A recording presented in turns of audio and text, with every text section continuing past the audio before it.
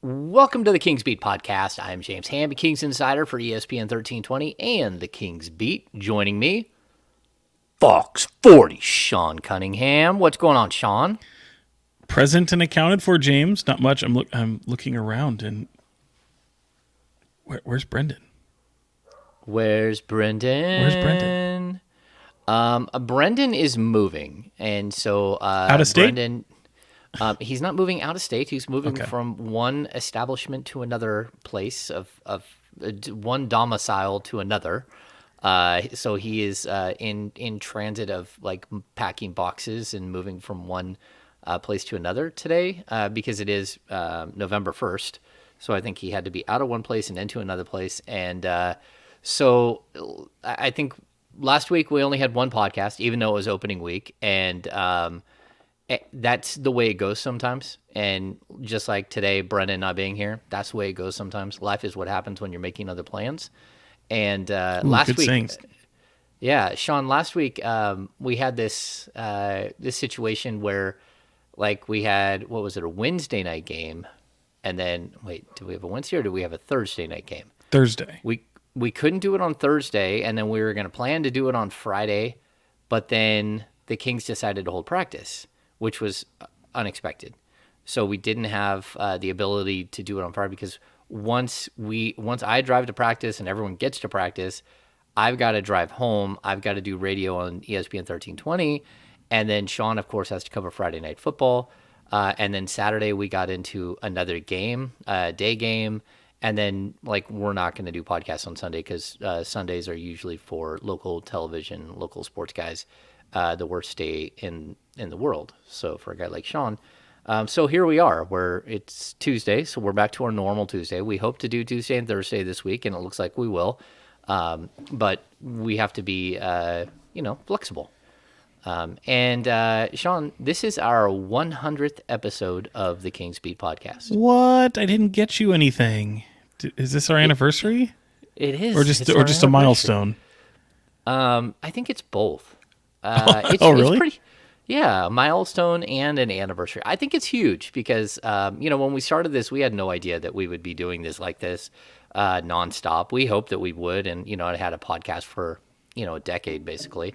But this has been a lot of fun, Sean. I totally appreciate you being here every week and doing this, even though we did have like the 2 or 3 month hiatus where Sean was put in media jail, Podcast jail? podcast jail. Yeah, Nobody put Sean in the corner.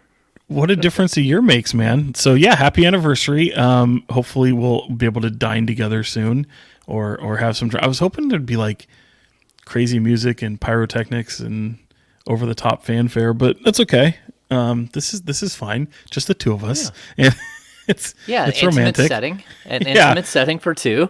Yeah, man. Hopefully we can do something soon because, I've even alluded to this with our fantastic happy hours. Like I think it would be really a lot of fun to get together in the physical form someplace, somewhere at some establishment and just, meet people who kind of enjoy the content. It's always fun for me when I'm going around town, as I'm known to do, and stumble upon Kings fans who, not only recognize the work that I've done in this market for such a long time, but right now it feels like there's just a big swell of people who recognize the podcast more than anything, and it's that's a lot of fun. And yeah, man, I'm always amazed at how people consume Kings content, and to be a part of that is fun to do. It's why I still live here. Other than it is my hometown, and I love covering sports in this town. So to be turning Kings content at Fox 40, having the ability to still join you, that was a major bonus is to go into Fox 40 was to be able to do this still. So, and even having Brendan a part of this, even though he's not here today, offers such a different, fresh perspective. And, we all get along so great. And even though we like to poke fun, or maybe that's just me with Brendan. Oh no, I love to do it too. It's a lot of fun. And I think I know he enjoys it. he keeps us kind of young and fresh. Although I think I do that anyway, and we can kind of impose some wisdom on him. So, yeah, it's just a long-winded way of saying happy anniversary, James. I want to hear that. That is it. Tony, Tony, Tony, the anniversary song. That's what I was kind of hoping I'd hear that song, but that's okay. Oh, I always think when I hear happy anniversary and happy birthday, I always think of Frosty the Snowman when he wakes up from his slumber for the first time, like the old Right. cartoon version. That's very When they old. put the hat on him. Yeah, it is very old. It's cool. And for those of you who have been around with the Kings Beat, like major like appreciation for all of you. It's been amazing. It's been a fun run. I love it. I'm going to keep doing it this way. To be honest, it's been a refreshing change and break for me that has been really, really rewarding. Like Sean talked about, the happy hours or something that like we didn't expect them to be that cool, but they just worked out to be like really something unique and different. And I think anyone who's taken part in the happy hours, they walk away feeling that like that we have some moments in those things. And I think we will we'll definitely do a live show. I got a text message from one of our loyal listeners who lives in the Czech Republic. And he actually reached out and said, "Hey, I heard you and Sean talking about doing a live show. Tell me when, because I want to fly out." And I'm like, Wow. "Seriously?" Yeah. So he wants to Jeez, fly out man. from the Czech Republic to hang out and do the live happy hour. So We're we'll get on that definitely too. not that cool. We are not that cool. I don't know, Sean. I'm cool. You We're can think gonna. that. Are you gonna take him out on your? You better take him out on your boat or something, because just that is not one of the fleet, the Ham fleet, and if you take him out, I think that would be worth it, because just to come out to Sacramento from the Czech Republic, just to watch us talk in front of you, that'd be weird. Yeah, that's funny. That's funny. Now he is from here, so it's not like he's Czech coming from the Czech Republic. He just happens to be in the Czech Republic for work and Okay. for family and all that stuff. So I'm not that smart. That's where Prague is, right? yeah, that's where Prague Okay. is, and that's where go there. like my family is from the Czech Republic. So I'm I think more than a quarter Czech. So my grandfather was full-blooded Czechoslovakian, and I grew up on like goulash and kolaches and Czech food. What I know I've got Google in front of me, but how would you do? What is goulash? It's like a beef stew. Like I think that's the best way. It's kind of like a European version of like chili verde, not chili Colorado, not chili verde. So as you know, or like a red sauce, but instead of it's a paprika base, as opposed to like chili verde is more of a. I think it's probably. I mean, chili Colorado is more of a chili powder base. I think. I don't think I've made chili Colorado in a long time. Yeah, random stuff we talk about here on the Welcome to Kings Beat Goulash Podcast. Talk. That's right, goulash talk. And then kolaches, I don't know if you've ever had those. They're like a little Danish with either like prunes or apricots in the middle. Yeah, my mom's Okay. made them since I was like long before I was born. She learned how to make them from her grandmother. So they've always been a staple at all of our family festivities. So anyway, Good trivia. this is, yeah. That'll be on the test later. So I hope people are paying attention. It will be on the test. Okay, so if you're watching on YouTube, if you don't mind, give us a thumbs up and subscribe. We're still cruising along. We're over 2,200 subscribers now here on the YouTube channel, and that's spectacular. We're super excited about that. The podcast has done great. We appreciate all of you loyal listeners. The Kings Beat, I'll just put a reminder out there. If you are someone who has been a loyal subscriber to the Kings Beat, we are turning a year right now. So just make sure all of your, if you did like a yearly subscription, your yearly is probably coming up anytime. So make sure all of your payment information is correct and all that stuff.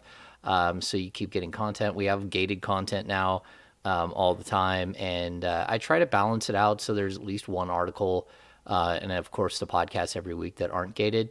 But the rest of this stuff here, we are doing a lot of gating, which is, you got to do it. But outside of that, Sean, it's kind of been your standard Sacramento Kings roller coaster since the last time we talked. The Kings dropped to 0-4, and I know that panic here in Sacramento was like Oof. yeah, we hit like threat level midnight, right? I mean, To quote Michael silly. Scott. Yeah, I mean, just unnecessarily so, I figured. But I think maybe the most surprising thing about the 0-4 wasn't just the way maybe some media folks and maybe some fans, and, you never really want to, crowdsource on Twitter because you always kind of just see the negative and vile stuff there. But everything's always DEFCON whatever, right? But I was actually kind of surprised to hear that there were some players who were a little maybe even joining the overreacting circus that was going on. Certainly, I think everyone realized that there would be a 4-game losing streak at some point in the season, and to have it right out of the gates could be disappointing. But I mean, James, if you're sitting there and you're going down the schedule even a week before the game started, and you're like, hey, if they go 1-3 in this stretch, okay, it's probably about what I'd expect. I think you were kind of right there with me. And to be 0-4, okay, that just meant you lost to Portland. And Portland, I think, still is top in the West right now. Is in first place as we record this podcast. So yeah, man, like I thought the Kings actually were playing pretty well. I think defense tends to be a real point of focus, and defenses just aren't really good to start the season for a lot of teams. And the Kings were, as a team that's trying to right the ship defensively, weren't excluded from that. I mean, they look downright horrible on defense, and Especially the Warriors' loss. Yeah. Yeah, and I don't think there was a ton of negatives to take away outside of just how bad defensively the team was looking, and obviously there needs to be more of a focus there. I think the turnovers are going to be high because, let's face it, this team isn't accustomed to moving the ball like we've seen, and I think that's actually looked really, really good. So I think there was more positives to take out of the 0-4 start. I think you're just going up against teams like Memphis, who I think, in my opinion, I don't even know if we did this. I'm getting lost in some of the episodes we've done, but they're my pick to win the West, number one. Oh wow. Okay. I have them as a top 3 team. Yeah. Yeah. So even if you don't, top 3 right there, right? Yeah. The Warriors, a defending championship team, and then if you take that a step further with what you saw. Portland, they're trying to figure it out. That's one of those teams that you're just kind of in the mix with questions and everything like that. I just didn't really feel, that this, and the Clippers, I forgot about the Clippers, who I think is another team that's going to be a top 4 team in the West as well. I mean, I know there's some people that think that they could be in that top 3 as well. So they're just losing to upper echelon opponents. I think that they've been in pretty much every game. They've had some buzzard luck. I mean, my goodness, Domantas Sabonis in the officials. I mean, I know we can get into that in a little bit, but Yeah. I didn't panic, man. I really didn't. I didn't think it was going to be a bad thing. I think the most discouraging thing is so many of those were at home, all but the Warriors loss. And I didn't panic. I didn't. This was about, again, maybe it's because I don't have the most lofty of expectations. We settled around 38 wins for this team. I think you might have been slightly higher than me. I think I said 41. I think they can go 500, and I still think they can go 500 just because they started 0-4. And even like if we look at each of those games individually, which I don't want to break them all down, but like the loss to the Clippers, that was 100% on missed free throws. Like that's just a mental lapse. And you could even say the Portland game, like they missed a ton of free throws in that game as well. It was very possible that the outcome of that game was different if they just hit their free throws. And so, like, I thought that they were missing on maybe a little mental fatigue. Like, they're so focused on the offensive end, so focused on what they're trying to do new on defense, that they forgot to settle in and, like, take care of the normal business of, like, hitting things like free throws. But overall, I think the offense is exciting. We've seen some incredible individual performances by multiple players. We've seen a couple of guys who have been off to a rough start, who step up in crucial moments. We have a couple of guys who, are hit and miss, and then like some of these guys, like are playing better than we thought. Like I think De'Aaron Fox came in playing absolutely spectacular basketball. He's cooled off a little bit as far as a scoring threat, but even though he's cooled off as a scoring threat, I think he's been better in other aspects of the game. I think Kevin Huerter's been absolutely amazing. We've seen some really really bright spots. Like Keegan Murray continues to impress every time he steps on the court. So like yeah, when they're 0-4, it for someone who's like for Sean and I who have covered this team forever, I mean we kind of get numb to the losing a little bit, and it's kind of like okay, well here we go again, and you're just kind of watching this thing explode on social media, like the chaos of fandom. And I get it. Kings fans are expecting different things. I saw after the 0-3 start, fire Mike Brown chants. Stop. We got to the 0-4. Wait, hold on. Chance? Did you say chance? Oh, not chance, but like mentions him on social media. Yeah. So I know Sean doesn't take much into that, but even like local radio hosts, like going out there and saying like if this thing goes to 0-6, 0-7, 0-8, someone's gonna get fired, and it's like okay, come on, let's just calm down for a minute. And I think the one thing that's good that over the last couple of days is we've seen they've gone 2-0. It hasn't been pretty. They've had some highs and lows within these games.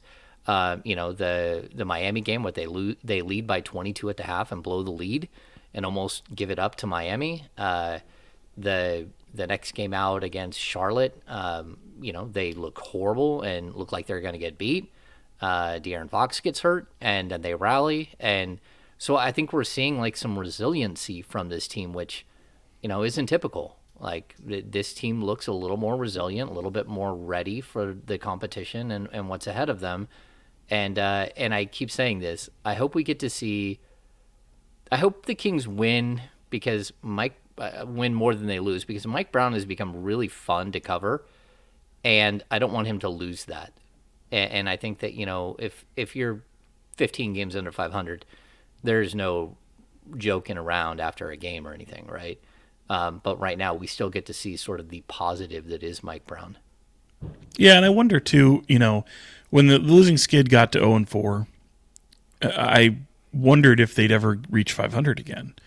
I think that crept into my mind to where it doesn't mean that your season's lost, because obviously if you're 38 wins, you can still get into a play-in tournament likely and be under 500 and still compete. So that doesn't mean your season's totally kaput. But I do want to see the 500 record not fall below like 4 games. You don't want to be within 4 games of being 500, in my opinion. Like that's any more than that, that's where things could spiral a little bit. But I do like the way the team prepared. I still think I've got some question marks about how this team responds to physicality and whether or not they can be a mentally tough team.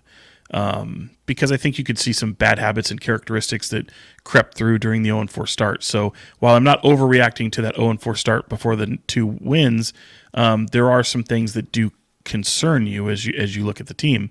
And I also feel like the Heat, you mentioned De'Aaron Fox a minute ago, and it's a shame we're not going to see him play on Wednesday in Miami because of that bone bruise that was suffered the other night in Charlotte. But I kind of circled that game a little bit, the one here in Sacramento against the Heat, as after the game, thinking that might be his finest performance of the season. And we certainly have seen him score more in those first few games. But of those first few games, I think I was most impressed with him. He was rebounding. He was moving the ball. His defense probably looked his best that it had been in any of those few games. We don't really take much from the preseason there. But the way he found other ways to get involved in a game that Sabonis fouls out, he knew that they were. He mentioned it to us afterwards. Not only taking the task of wanting to guard Tyler Hero, who was on a career night, practically 1 point shy of his career high, but he really wasn't much of a factor in the fourth quarter. And when he was, he hit that crazy fadeaway three in the corner, and Fox was all over him. So, I really was more impressed in that game when it came to De'Aaron. It's a shame that he's got this small setback that could cost him a few games, but hopefully it's not more than a couple. But my goodness, I mean, for a guy who, didn't have to go out there and score upwards of 30 points and to see them gut out a win, I thought was pretty impressive. Yeah, and what Sean is alluding to is on what is today? On Tuesday afternoon, we got the news that Fox had an MRI after the game last on Monday night against Charlotte, and he has a bone bruise on his right knee. To be honest, it was expected. Like he would need to knee contact. A guy got him on the interior of his knee. It's nothing surprising. I'm not sure. We don't know the severity of it, but it doesn't sound like it's very severe. He will miss the game against Miami on Wednesday, but I don't even know how much he's going to miss outside of that. This isn't something that should linger for super long that I would expect. I know he's super motivated to get back on the court. They've got Orlando after this, right? It goes Orlando On Saturday, They finished a 4-game trip on Monday in Golden State. He knows that they need him to be healthy, as much as any player. And you brought up the Heat game where he finishes with a career high 13 rebounds. I think his 13th rebound came from his back. Like he was on the ground and was able to scramble and grab a ball. But I'll point this out when it comes to Fox. I think we saw it in the Golden State game when the team started making this comeback. And again, to me, the Golden State game, the fact that it got down to, what did it get down to? 1 point at one point. There's even, they had a pair of threes to tie it. One from Herter and one from Monk. Both of them missed at one point. That game never felt like it was going to go the other way. Like the Kings were going to win that game. It never felt that way at all. But the point I'll make is that when Fox came in the game, in the fourth quarter, he didn't try to take over. And I thought it was such a mature moment for him where he stepped on the court and he acted as a decoy and a facilitator for his teammates and a defensive catalyst. And that to me showed major, major growth because, we've seen him put up huge offensive numbers and losses. And he doesn't care about the numbers. He wants the wins.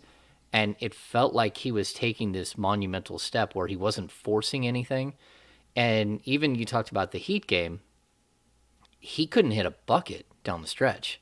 I think he missed his last 4 shots, maybe even the last 5 shots. And so, yeah, he made an impact on the game defensively as a rebounder. Even when shots weren't falling, he finishes with 17 points. But it just shows you growth. It shows you that he is learning what Mike Brown keeps saying. And Mike Brown keeps telling us that he has told Fox, we expect you to score 25 points or 30 points. That's what you are. You're a scorer. Now, can you do something else? Can you do something else that changes the impact, that impacts the game? And I think he's answered the toll, the call. And to me, it's really, really impressive what we're seeing from him. And it's fun. We've watched De'Aaron Fox as a 19-year-old kid, all the way up until the 24-year-old man that he's becoming. And to me, that's always part of the fun is watching a player grow up and step into their shoes and fill out who they should be. And I think we're starting to see it, which I think bodes really well for the Kings as we get down the stretch here, and as we start getting into the real games of the season. If this is who he's going to be, the Kings have a really legitimate shot to be a better team than expected. Yeah, and I think with the injury, and you're right, they don't seem to be too terribly concerned about it. I think the odd part about the news that came out there was that there was no real reevaluation timetable. And I think that's simply because based off the symptoms, mainly soreness and swelling, he's essentially day to day. And I think that's the way to look at his injury going forward. I do wonder, I would imagine he won't be available for Orlando, err on the side of caution. And I think if I'm them, I'm looking strictly at the Golden State game to see if he can be ready to to play on that one on Monday. So I think, and to your point, James, you're right, and you do see him. You can kind of see him thinking out there a little bit, because I think in years past you needed him to go out there and score 25, 30 points in effort for this Kings team to have a chance to win.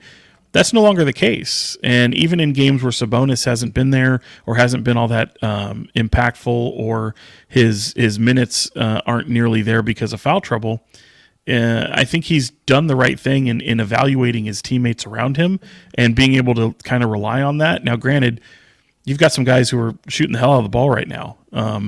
But one of the guys that, I mean, you mentioned Kevin Huerter. I mean, he's been fantastic, and that's really at the surprise of, I mean, at least for us, we're not surprised by it, because we both thought that not only is he capable of doing that, we knew his attempts would just go up by virtue of being on this team and having playmaking around him. So, and plus he doesn't play with a guy like Trae Young, who's going to be kind of a bulk shooter. So I've liked what I've seen there. I know some people have been really down on Davion Mitchell, but I think it's just really because of how Fox has played.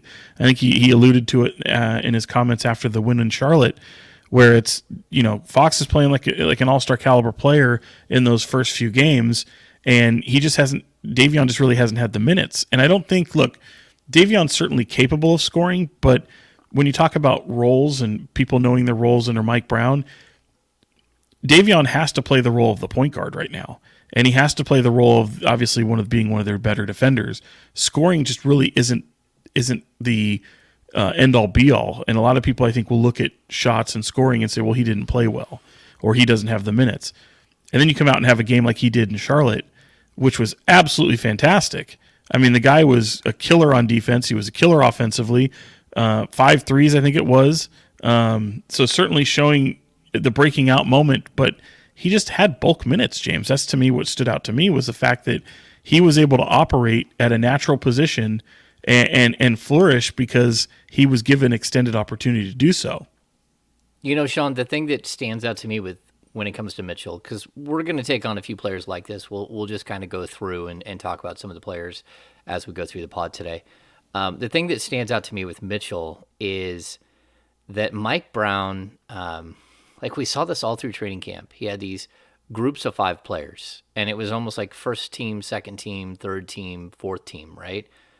It doesn't feel like there was any like cross-pollination. It didn't feel like these guys were playing in different groups. And so when we get to the regular season, like I thought that they would steal minutes with Fox and Mitchell in the backcourt together. And I instantly realized that they've never played it together. That's what it looks like. They have not played together in this offensive system. That, at least from my view, what it looks like. And I think for a lead guard specifically, that's really hard. It's really hard for him to be the leader of the second team. And then when he goes out there and he's playing with Fox, he's no longer the leader of that team. Someone else is. And he's got to figure out how to play off of that person. It feels like that, like coming into the season, they just did not have enough time where they were working sort of all of these players in together. Like we've talked about this before, like Richaun Holmes and Domantas Sabonis have never played together in practice. They've only played against each other. That to me is really strange because they play the same role. Now, the one or two guys that kind of fit and it doesn't really matter is a guy like Keegan Murray, because the forward position in this offensive scheme is very universal. It doesn't matter who you are, you're going to do the same exact thing. And it doesn't matter if you're a small forward or you're a power forward, or even if you're a shooting guard. All of these guys are kind of playing the same exact role where, they have these 4 spots on the floor on the perimeter, the 2 corners, and then above the break, maybe 3 feet extended from the 3-point line, are these other 2 spots. So when you're running down the court, it doesn't matter where you are. You're going to move to one of those 4 spots if you're 1 through 4. And so it's easy for some of these guys to just fit in seamlessly from one group to the next. But other players, it's just really not that easy. If you haven't played, again, I don't know if we're ever going to see Sabonis and Richaun Holmes play together. And so the point I make about this is as opposed to Davion Mitchell playing 24 minutes a game, and the Kings figuring out the 12 minutes per game where him and Fox are on the court together. We haven't seen that. We've seen Davion play 12 minutes. And so it's really been hard for him to get in any rhythm. He feels like he's forced it. And then the other thing that he's done a couple of times that I've noticed is anytime he knows he's getting pulled, he's hoisting a shot almost every single time. When he looks over and he sees De'Aaron Fox sitting on the sidelines, like, okay, I'm going to make sure I get one more shot in before I get off the court. And that to me is a bad sign as well. It's like he's just not getting comfortable and not being able to show what he can do, and he's pressing. And then we have this moment where Fox goes down and he's basically stepping into the role that he's played the whole time, and now he's comfortable again. And you're like, oh, okay, well, that's the guy that we've been looking for. So I think it's interesting, and I think it's part of the reason we're seeing it play out this way is because of the way that they ran training camp, where they're really trying to reinvent the wheel in Sacramento. They're trying to teach a whole new offensive set, whole new defensive set, and so they're really trying to get these, like, the continuity defined between small groups of players, and it doesn't feel like they've had the opportunity to start, mixing these groups in together. Yeah, and I think there's not going to be that, at least so far. It doesn't feel like there's going to be this buy-in of a first unit, second unit kind of thing. It's really going to be an evolution of your rotation, and the object of trying to keep Fox or Sabonis on the floor at all times. Sometimes Mike Brown might go deep, sometimes he doesn't in terms of how many players into the rotation he goes. Historically, he's been a guy that doesn't go that deep. And I think this team is built for a coach that relies on a very deep rotation. And I know that there's a desire for Mike Brown to hopefully do that. But right when things went bad, he's already talking about shortening up the rotation. Now, yeah, you don't need to go 12 players deep. But I do think Mike Brown subscribes to a philosophy of each game takes on its own personality. And I feel like this team can benefit from that in a major way. There's a lot of talk about guys accepting roles, right? And I think to the point about Davion Mitchell, 6 games doesn't make a season. So the stay ready mindset of next man up. This game, we're going to rely on you more than we might in this next game based off of the way the personality of the game unfolds. So I think that's going to benefit this team a lot in the long run. And it may not be the most consistent, but it's certainly one I think he's going to rely on, particularly because, as you alluded to, James, there is so many new things and new details and little things that this team has to pick up on, and it's just a constant evolution of the teaching on this team. And it's year one with Mike Brown. Like, this isn't going to be a finished product. It's still going to be going on for another year or two after this with a lot of the core players. And you just hope that those core players will eventually be able to grasp it and flourish within this system. But these are the growing pains. And I don't think it's the last 0-4 stretch you see in this season. But I also feel like there's such an emotional attachment to this team for a lot of people, and some of them show their ass from time to time. Just let it play out. Like you don't have to be so right. Never too low. Right. Like, yeah. These people love Keegan Murray, and they should. Like, fans should love Keegan Murray. You should be very, very excited about what Keegan Murray means to you. But look at his composure first and foremost. Try to emulate that. like if you can approach the game like Keegan Murray does, it'll help you in the long run.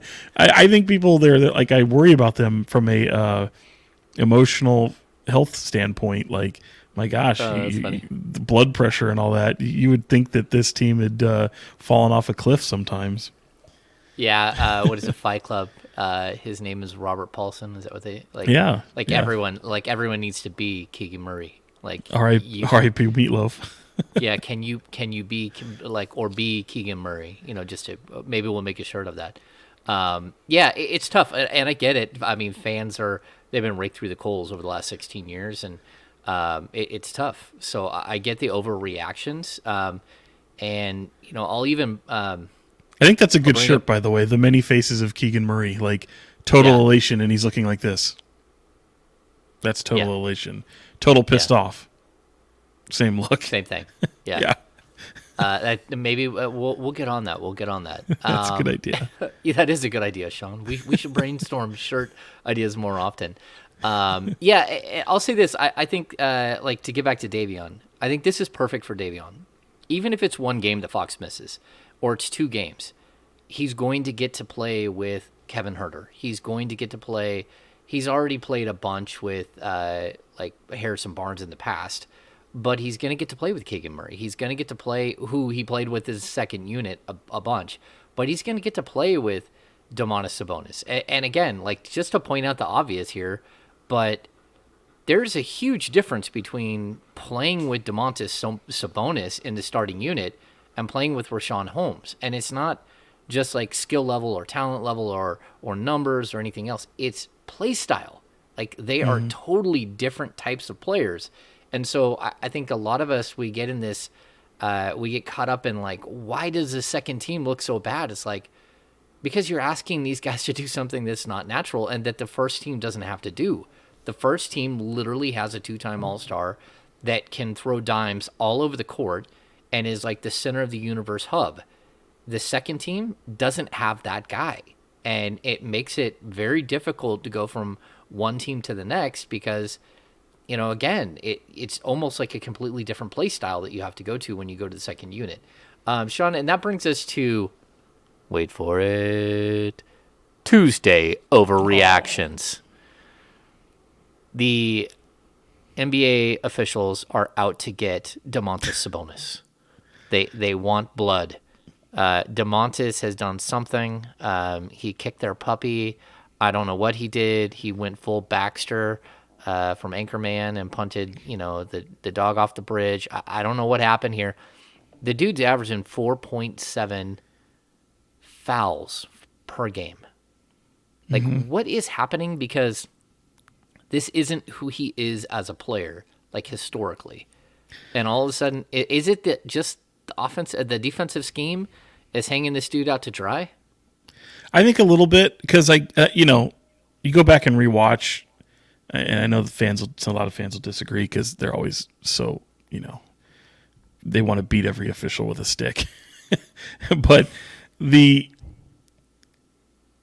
crew against the Miami Heat was really tough. They were, to their credit, they called a lot of fouls, but they called a lot of cheap fouls, a lot of stuff that probably could have let that go. Probably didn't need to, there's probably but again, I thought they did it on both sides. I mean, I thought Miami was the recipient of a lot of tough calls too. The game seemed to take forever because of how many whistles were just going on, especially in that opening quarter. But yeah, Domas, I think a lot of it could stem, and I haven't talked to him about this yet, but I think some of it could stem from playing international, and obviously the game just a little over a month ago or however long it was ago, 2 months ago, and he's playing overseas, and the game is a little bit chippier, a little bit different, a little more physicality, hand checking, all that stuff. So maybe there's some things he has to unlearn again. He's so big, man, and he does get clobbered a lot, and it doesn't seem like it's very consistent on both ends, especially in the double teams that he faces. So yeah, it's a little bit of a figuring out process. I don't think that's what I didn't really feel like he was treated unfairly until really the Miami game, and then he fouls out again in the game in Charlotte last night. So yeah, man, he's kind of having a go with it, and hopefully it works itself out. I think it is an overreaction. I do. But you just don't want it to impact him mentally. And I think he was in a pretty good headspace after the game against Miami. But that's, of course, because they won. They won. They never let go of the lead. It was a wire-to-wire victory in a game that they still had a 22-point lead go down to 2 possessions. So, gosh, that would have been just a heartbreaking loss had they lost that game. And unfortunately, they didn't. So, yeah. I almost jinxed it too, didn't I? Like, yeah, well, back to you RC. did. Yeah, there I was coming back to the seat of the half, and everyone's all like chipper. I'm like, Heat by 3, and like I almost got boos from people in the media, and I'm like, and then it turned out to be a really close game. I'll point a couple of stats out. The Kings are 28th in the league in personal fouls at 23.8 per game, and they're only getting fouled 21.3 times per game, which is 16th. The free throw percentage, which was so atrocious early in the year, they're actually up to 74.5%. And I just want to point out a couple of individual numbers within the free throw percentage. Harrison Barnes is shooting 78.8% from the free throw stripe now. He's only shooting 11% from 3, which I don't know what's happening there, but that doesn't make any sense. And he's up to 3 attempts per game. De'Aaron Fox, what do you think De'Aaron Fox is shooting from the line, Sean? 82. 84. Ooh, I was close. Like, this is a career 72, 73% free throw shooter. Yeah. Yeah, if you had him shooting 5% better than Kevin Huerter, you won some sort of pool.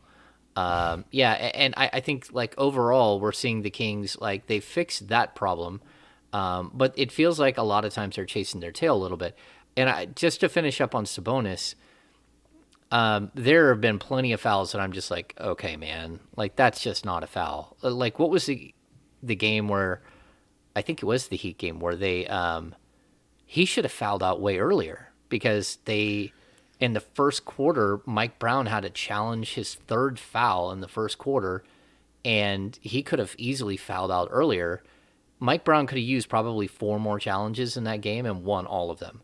Like, I thought that was really, really poorly officiated. And I think that that's been like a common theme that the Kings, like, just the game itself is just like, it's clunky, and like there is no flow because the officials have really like gummed up the whole game. I'm not quite sure what's happening early in the season, but I think it's points of emphasis. I mean, we go through it every year. The first month ends up being a little bit of a feeling out process. Yeah, but Sean, I'll point this out too. Like, De'Aaron Fox is one of the premier guards getting to the basket in the league. I mean, he's like in the top 3 in baskets at the rim. He's down to 4.2 free throw attempts per game. Last year he was at 5.9. The year before he was at 7.2. And it just seems to me like they're just not getting calls. And I know, like, even the one play where they reviewed it and he had a turnover against Bam. Clearly, like, if you're going to review a play and see if the ball went out of bounds off of Fox, which it did, you probably should call the foul that happened that forced the ball to go out of bounds. And I don't think they're getting calls. And I also think that, like, again, to get back to Sabonis, he has to figure it out. Like, he can't get in foul trouble against, like, is it Mason Plumlee? Is that who it was? Mm-hmm. Good yeah, dude. I mean, yeah, you can't get into foul trouble against Plumlee. That doesn't make sense. Like, but that's what Plumlee does. Like, Plumlee's a very physical player, and he knows. I mean, that's why he's still in this league. I mean, he's an athletic player who can really play physical and really kind of lure you into making some dumb plays. I didn't think there was many ones that were too out of character for him. Certainly there have been some bad calls, but I feel like every time they go back and they look at him, no, you still fouled. Like, it's just whether or not they're going to call the foul or not. And I think right now they just have a microscope on the guy.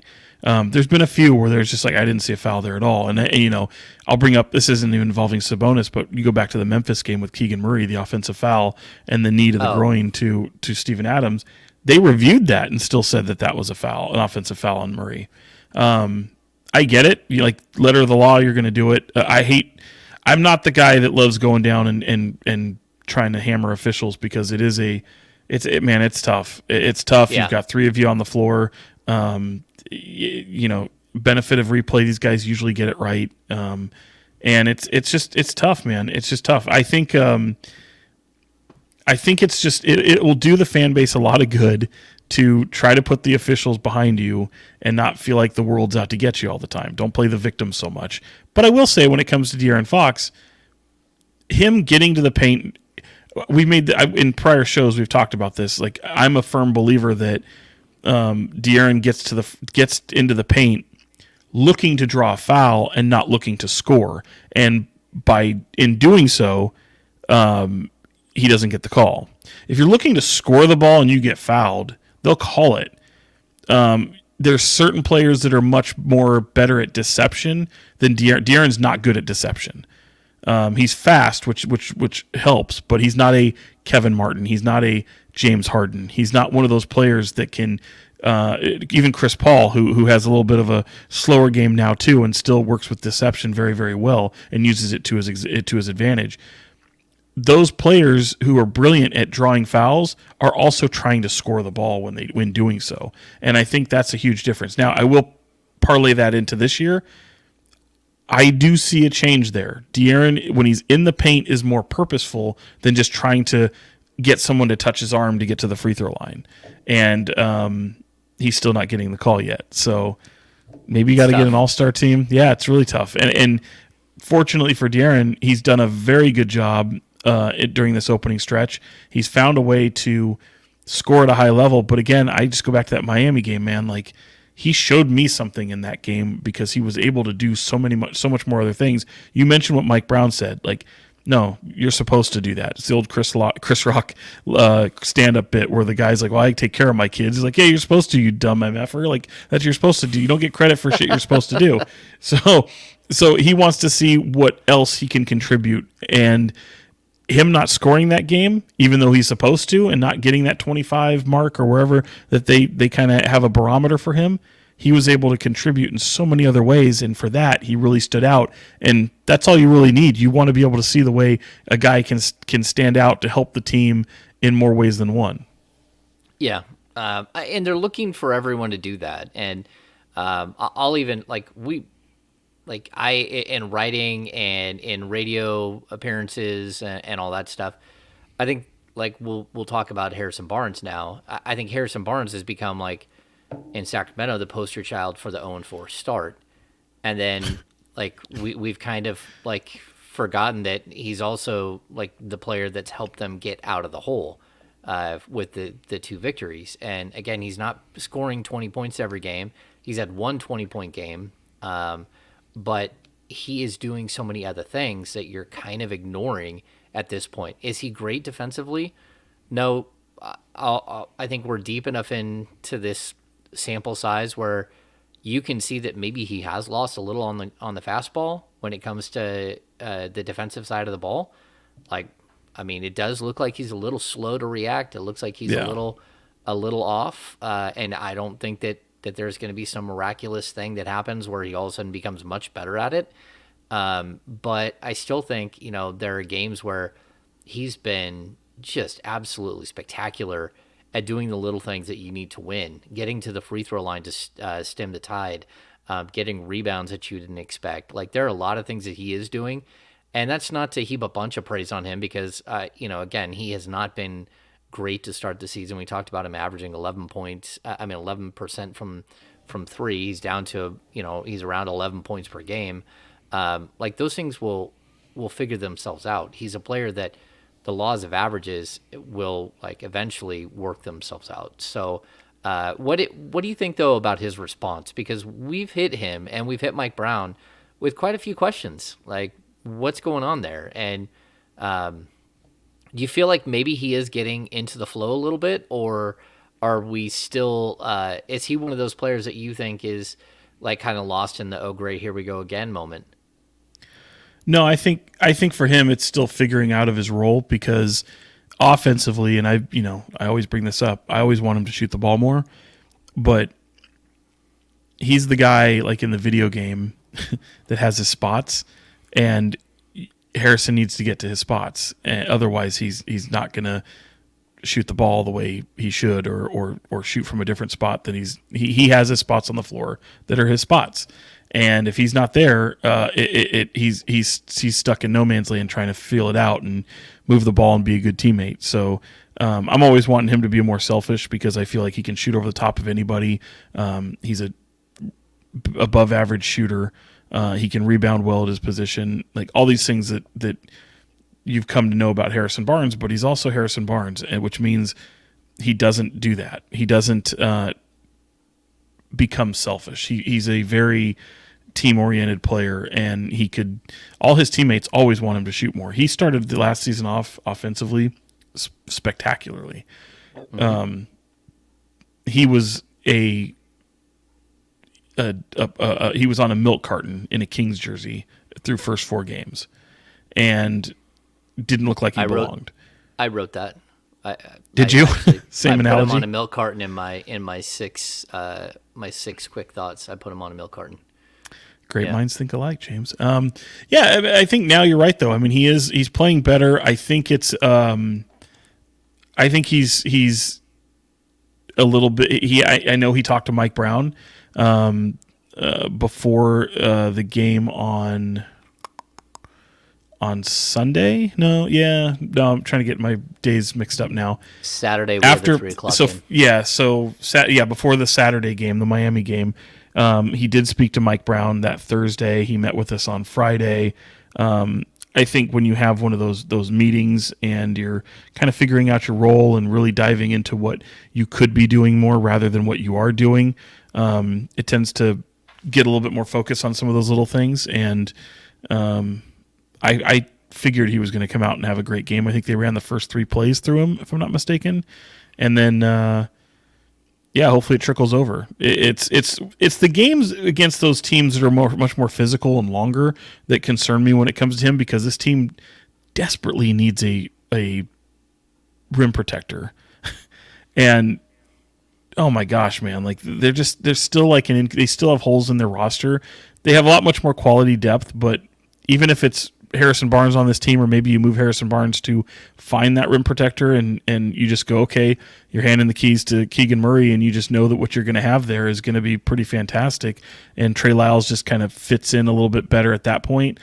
I don't know, maybe that's what you do, but they really need a rim protector. I think when you have somebody like that, it's going to bode well for Harrison, but I also feel like Keegan's played so well, and the two of them on the floor at the same time, even when Keegan starts, I think they've got a nice little chemistry going. So I think there might have been a little bit of a feeling out process. Hopefully what you said, that he's turned a corner, I hope that's true, but I still want to see that guy. I need to see Harrison Barnes be more selfish. Yeah, I think that's what a couple of players on this team will feel like. That actually, I don't think there's anyone that I really could point to and say, oh man, why is that guy being so selfish? Like, I do think that, like, early in the season, like, and the numbers, like, show it too. Like, the Kings are, like, number 5 or number 6 in the league in assist percentage. Like, almost every single, it's something crazy high. Like, 67% of their baskets are assisted. I mean, that's crazy. It's great. Yeah. Let's see, they're 5th, 66.5. And they're doing other things. Like, I'll keep pointing this out. The Kings are 2nd in the league in defensive rebound percentage at 75.5%. I mean, that is nuts. Like, the only team that's better than rebounding at, like, defensive rebounding percentage wise are the Raptors. And that's Sabonis, man. Sabonis. I mean, he's gobbled up everything. Yeah, but he's barely averaging 10 rebounds a game. I think when you look at Fox having those games where he's got 13 and averaging 7 a game before he got hurt. In the one game, which totally skewed his stats. And then we have guys like Keegan Murray, which, I'll just be honest with you, Keegan Murray's a much better rebounder than what we're seeing so far. Yeah, he's averaging around 4 rebounds per game, and it feels like he doesn't know when to go in and get a ball, when not to, quite yet. And once he figures that out, he's going to average, 6.5, 7 rebounds a game. Did you think, this is an interesting, when we started this season, we were walking into the season, Murray missed the first game with COVID, but did you think that any way possible in his first 5 games that he would lead the team in minutes per game at like almost 36 a game? No, but I figured he'd be in the top maybe 3 of players. But I thought they'd be riding Sabonis and Fox pretty hard at that point, and it just hasn't been the one. But he did factor in for me as somebody that was going to be around the 3 to 4 top minutes on the team, whether he was starting or not. That's why I wasn't concerned with him not starting. So that didn't bother me. I also like the expectation. I think the biggest expectation I had coming into the season as well, and I feel like this is going to be a top 10 offensive team in the league, which is going to make them very fun to watch. And I don't know if you shared that or if you felt they'd be on a little bit on the outside of that, but like contrasting that defensively, like if you can just improve 5 spots, 6 spots, 10 spots, whatever it be, you don't have to be the best defensive team in the league. Clearly you're not going to be that. But if you can score the way you're capable of scoring at the pace you want to do so and improve just a little bit defensively, that could really have an impact in the wins-loss column. Yeah. Right now, the Kings are 6th in the league in pace, which is expected, just because of the point guard that they have. Offensive rating-wise, they are 18th. But again, I think that's something that can improve greatly. They are a team that, again, can shoot the 3 ball like crazy. We've seen Fox hasn't shot nearly as much as he did early in the season, but Herter's taken over as like just this incredible force. It's just absolutely he's fun to watch. Yeah, and man. It's all within the flow. And then Sean, right now, the Kings are tied for 20th in defensive rating, which is impressive. They've got a long ways to go. And they're not going to be a team that's going to have like a ton of block shots or anything else.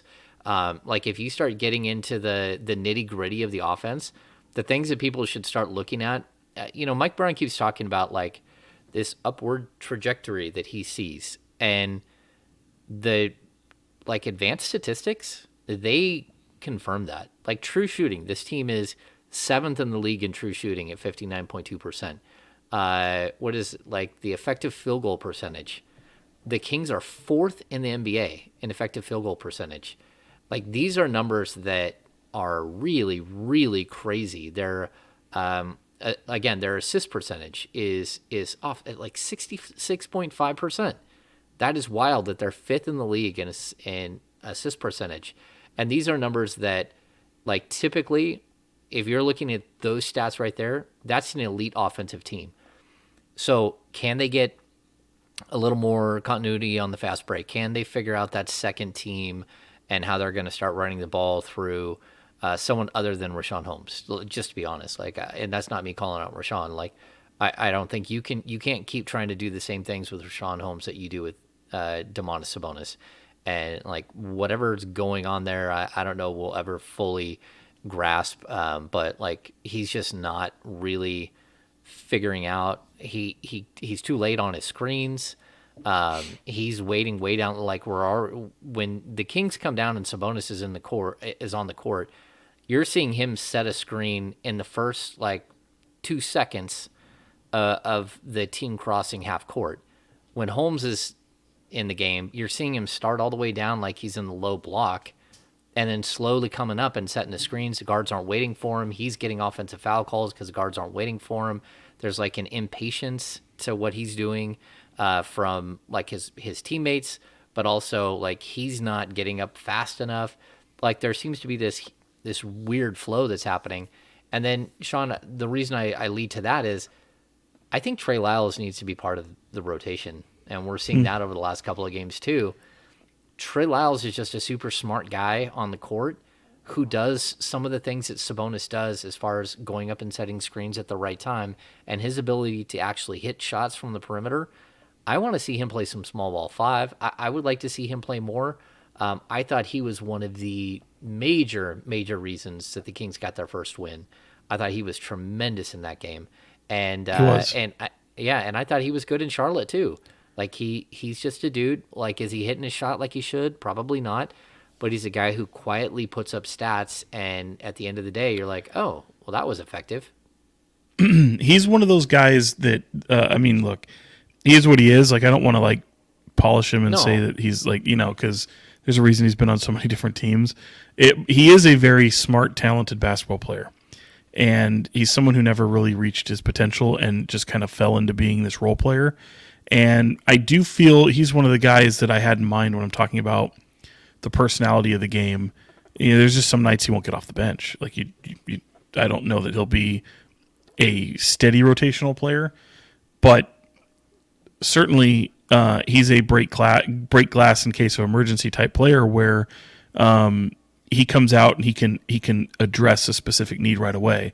He rebounds pretty decently for how he is. Even he used to utilize so much of his bulk before, and now he's trimmed down.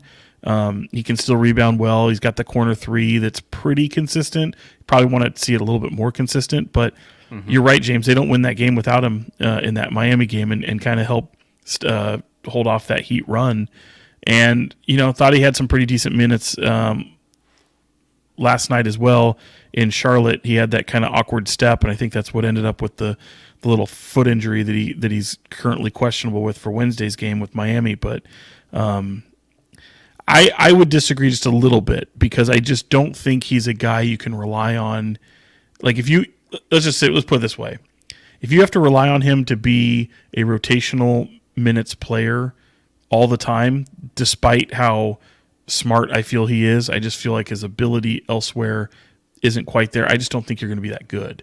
So I feel like in using him in a different type of facet, to where it really depends on how foul trouble goes. It depends on how the personality of the game goes. You can address certain moments to put him in, and I think by how smart he is, he's probably more adaptable to that type of role. Yeah, I mean, he is an adaptable player. I thought it was crazy against Miami. Mike Brown had him defending Jimmy Butler, and he didn't just get torched. I mean, it wasn't just like a brutal laydown. It wasn't that bad at all. So like, I just think that, like, he's a guy that if he's your 9-10 guy in a rotation, you can be okay.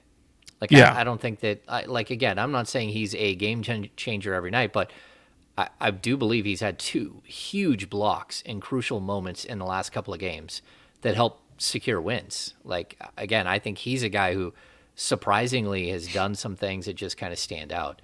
And you know what? Like, we're not going to keep going all afternoon long here, but the other guy I'll point to, I think we all feel this way. Like, how excited were you to see Matthew Dellavedova, like, get in a game, play solid minutes, actually get an opportunity?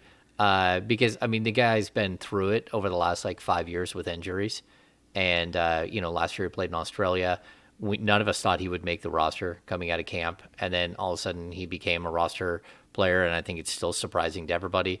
But, when they needed him, he showed you why they made that move. And, having a third point guard every once in a while comes in handy.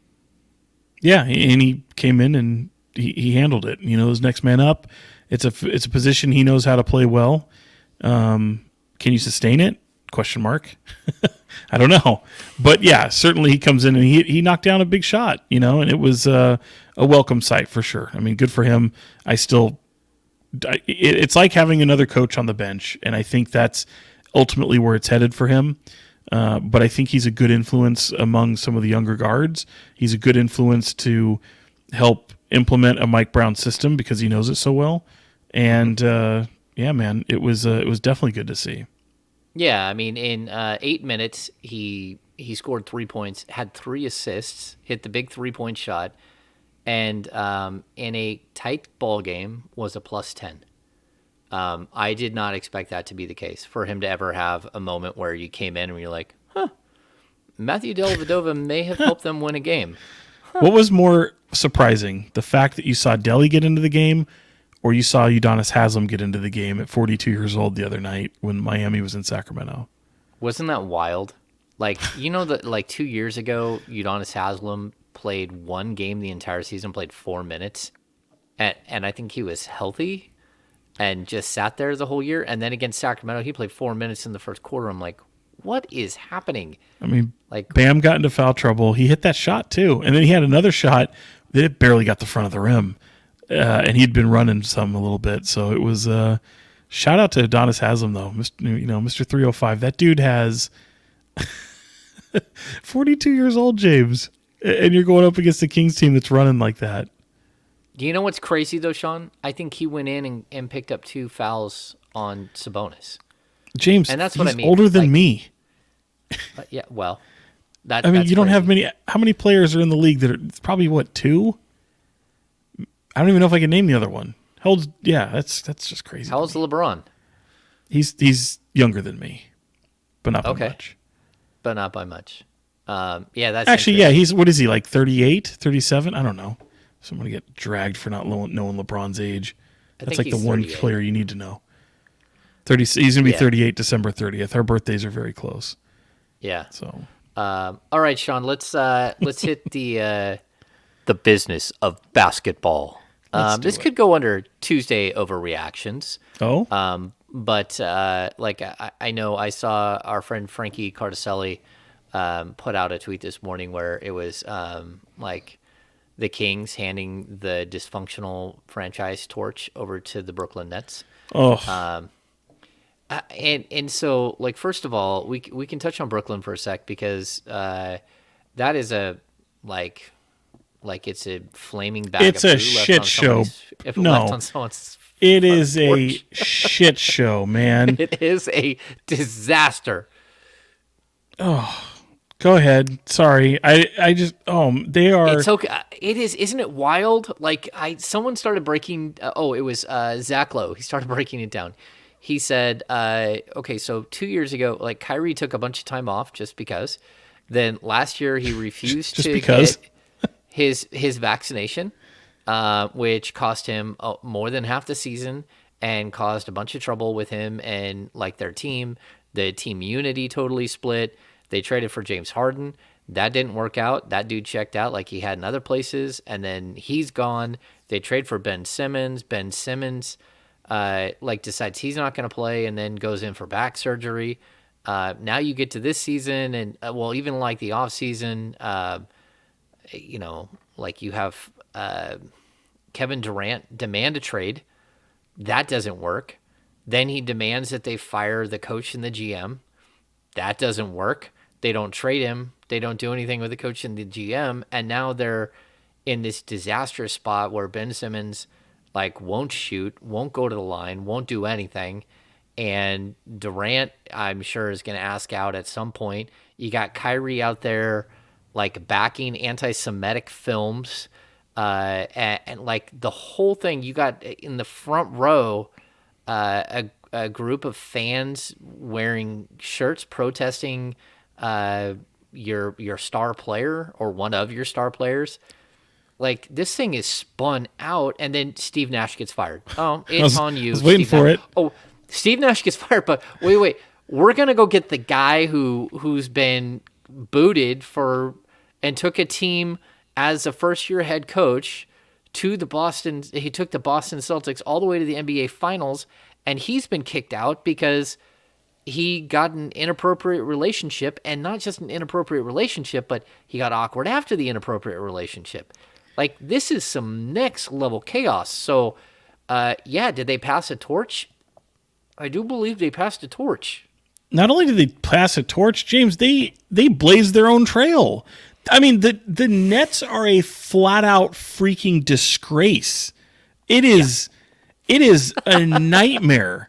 It's a nightmare. When we started this podcast just an hour 8 seconds ago, actually it was probably about 10 minutes in, I got a text message from a buddy of mine who just said, like, how bad do you feel for their PR team? And like, how bad? Not only do you feel for their PR team, but can you imagine?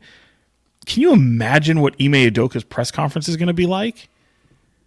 Like, first of all, I call him a disgrace too because Michael Rosenberg from Sports Illustrated has a brilliant article. Go read it if you can. If you have a moment, go read it. It is absolutely fantastic. He just absolutely drags the Nets through the coals as they deserve to be. I mean, this is just awful. I mean, the fact that it's not great when your owner has to come out and say that you don't stand with anti-Semitism, despite what your player has shown on his social media channels, and then you're not going to. Then you, like you said, James, there was like 9 people sitting courtside with saying to basically stop anti-Semitism right by Kyrie Irving as he's inbounding the ball. When you got that going on in your organization, that's bad enough. But you're going to take a coach who was, albeit a good coach last year, is capable of getting a team to a finals. I get it. But literally told to, you're fired without being fired suspended based off of breaking team rules and a whole bunch of stuff that's still under investigation, but yet you're going to be comfortable and going, "Ah, you know what? Let's bring him in. That's the guy we need. That's the added chaos solution that we need for this success." Like, are you out of your mind? Like, you couldn't just go get Quinn Snyder, just do the safe route. Just that's what I would have done. I'd have gone right out of Quinn Snyder, paid him whatever the hell he wants, and just fix it. Fix it. But no, you got to go after and get Ime Udoka. After, in light of all this chaos that's coming from Boston, and you want to get in bed with that? Nah, man, that ain't it. That ain't it. You know what's crazy is the Kings just played the Charlotte Hornets, right?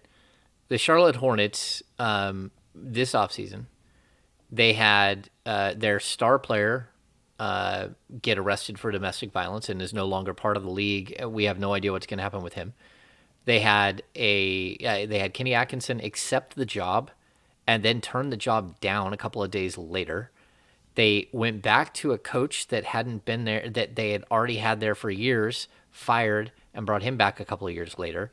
They got one of their young players. He's been pulled over by the cops like 5 times in the last 3 months. And like the last time was during the season where he was found passed out like at the wheel. Like, this is all happening in one season, and we don't even care. We don't even care because the like flaming dumpster fire that is the Brooklyn Nets is like overshadowed everything. So yes, we can say that the Kings have passed the torch, even if they don't win this season. Even if their level of chaos couldn't touch what Brooklyn's chaos, like they can't even come within 100 miles of what Brooklyn is doing right now. Like, if the worst thing you could say with the Kings at any point was like, man, they had a lot of ineptitude, a lot of infighting. They don't know what they don't know what they're doing. They're hiring people who don't deserve to be hired. They're firing people after not giving them a chance. Like, okay, that's a rotating carousel of craziness. Like, there is craziness. I get you, but you're talking about like, you will never have to find anything within the Kings organization that falls under anti-Semitism. Are you out of your mind? Wild. And that guy, isn't he the president of the Players Association? The VP.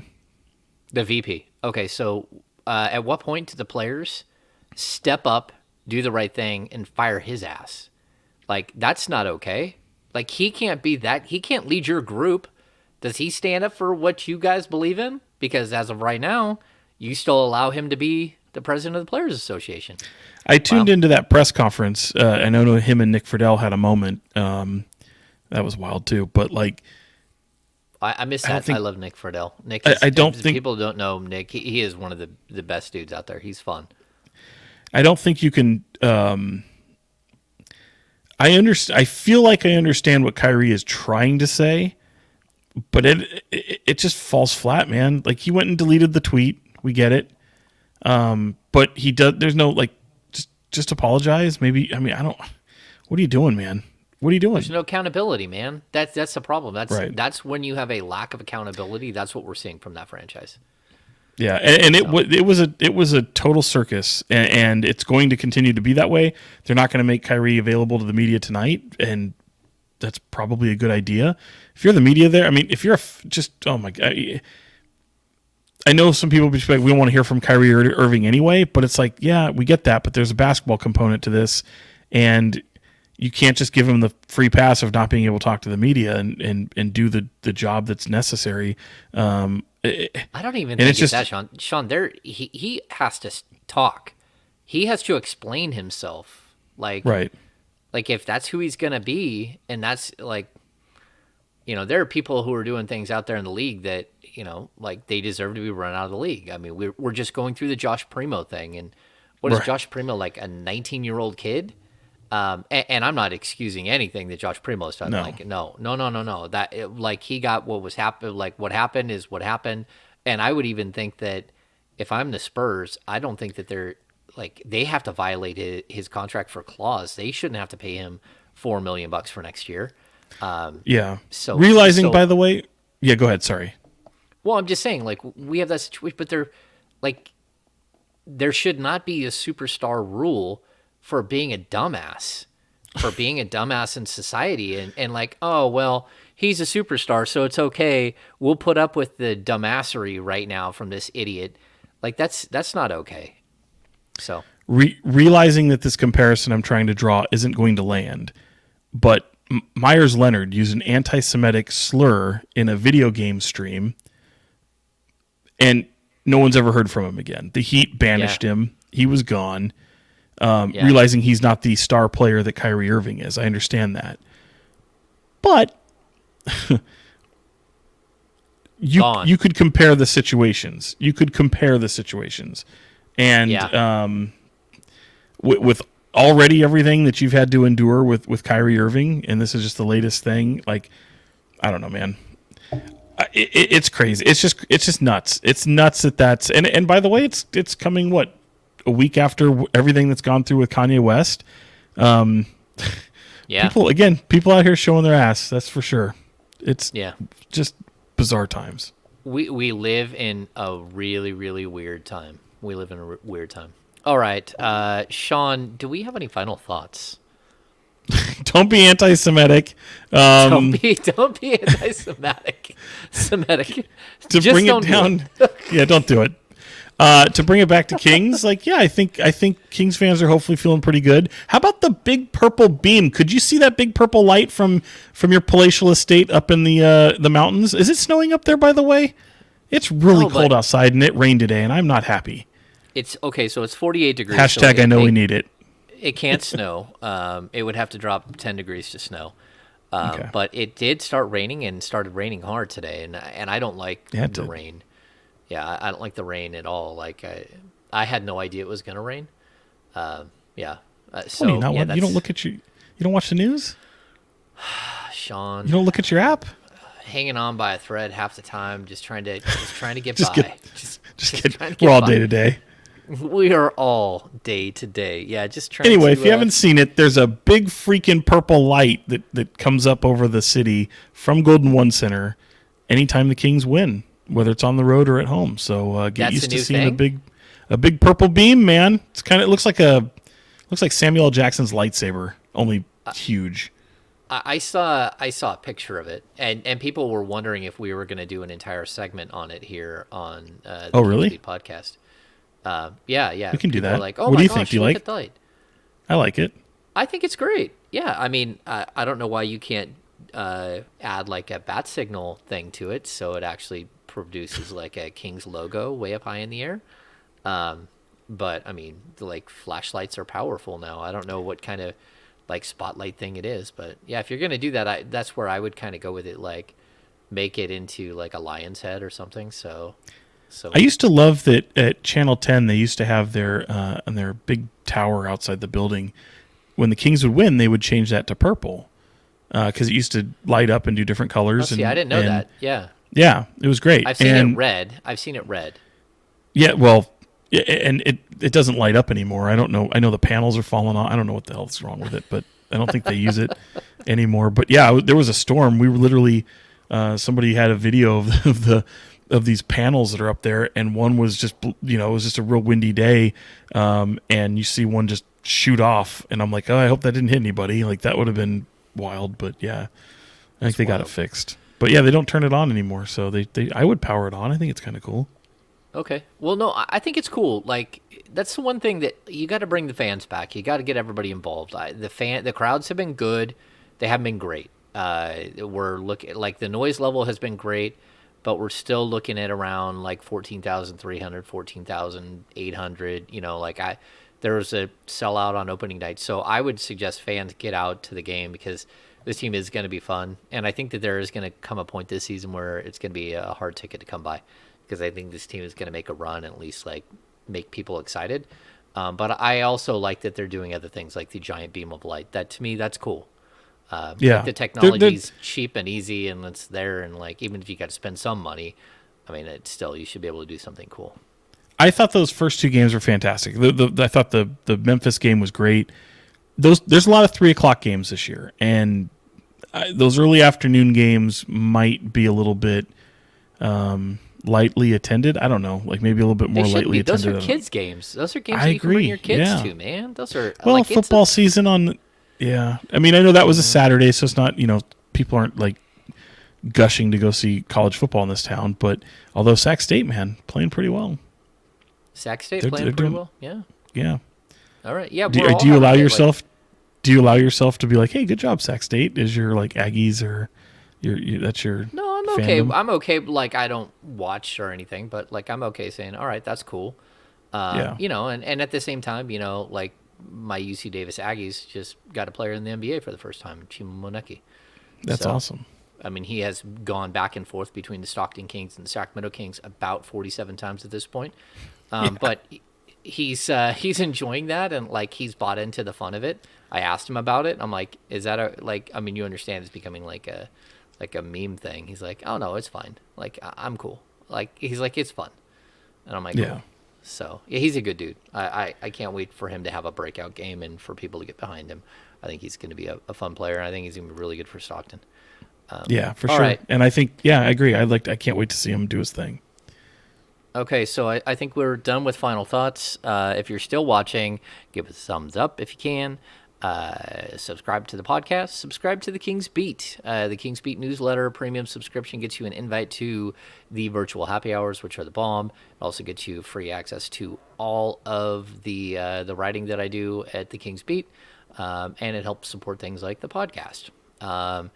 No Brendan Nunez today. If you missed out at the beginning of the show, Brendan Nunez will be back later this week.